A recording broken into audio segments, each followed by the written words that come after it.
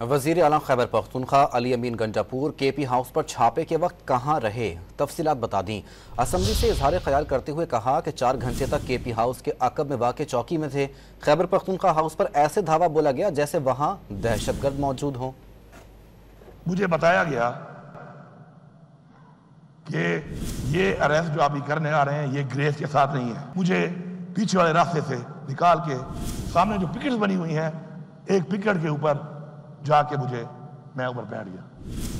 4 گھنٹے میں وہاں پہ رہا، پورے 4 گھنٹے یہ گھوم رہے تھے، تلاشیاں لے رہے تھے، بھاگ رہے تھے، پورا انہوں نے کارڈن کیا ہوا تھا۔ اس میں نے ان سے کہا کہ گاڑیوں کی کیا پوزیشن ہے، نکلنا ہے یہاں سے۔ تو انہوں نے کہا تمام گاڑیاں سرکاری اور آپ کی ذاتی توڑی جا چکی ہیں، سارا سامان لے گئے ہیں، ساروں کے ٹائر پھاڑ دیے ہیں۔ لگ بھگ 4 گھنٹے کے بعد مجھے انہوں نے کہا کہ گاڑی ارینج ہو گئی ہے، اور گاڑی ارینج ہو کے اس کو بتا دیا گیا کہ وہ اس روٹ کے اوپر آپ کے لیے ویٹ کرے گی۔